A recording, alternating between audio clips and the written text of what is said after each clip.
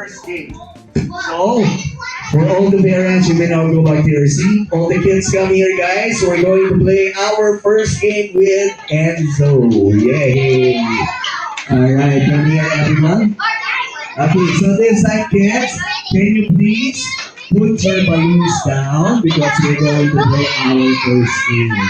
Okay, please put the balloon down. Alright, so everyone, boys and girls, please. Hi.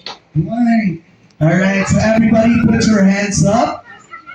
Put your hands up, everyone. Very good. Enzo, please step forward because you're the pretty boy. Come here. Yes. Okay, so everyone, put your hands up. Shake your hands. Put your hands down. Put your hands up. Shake your hands. Now everybody shake your hips. Come on, shake your hips. Shake your hips. Shake your hips and clap your hands. Bravo! Alright, so before we start our first game, who knows how to do exercise? Wow, very good. So everybody knows how to do exercise.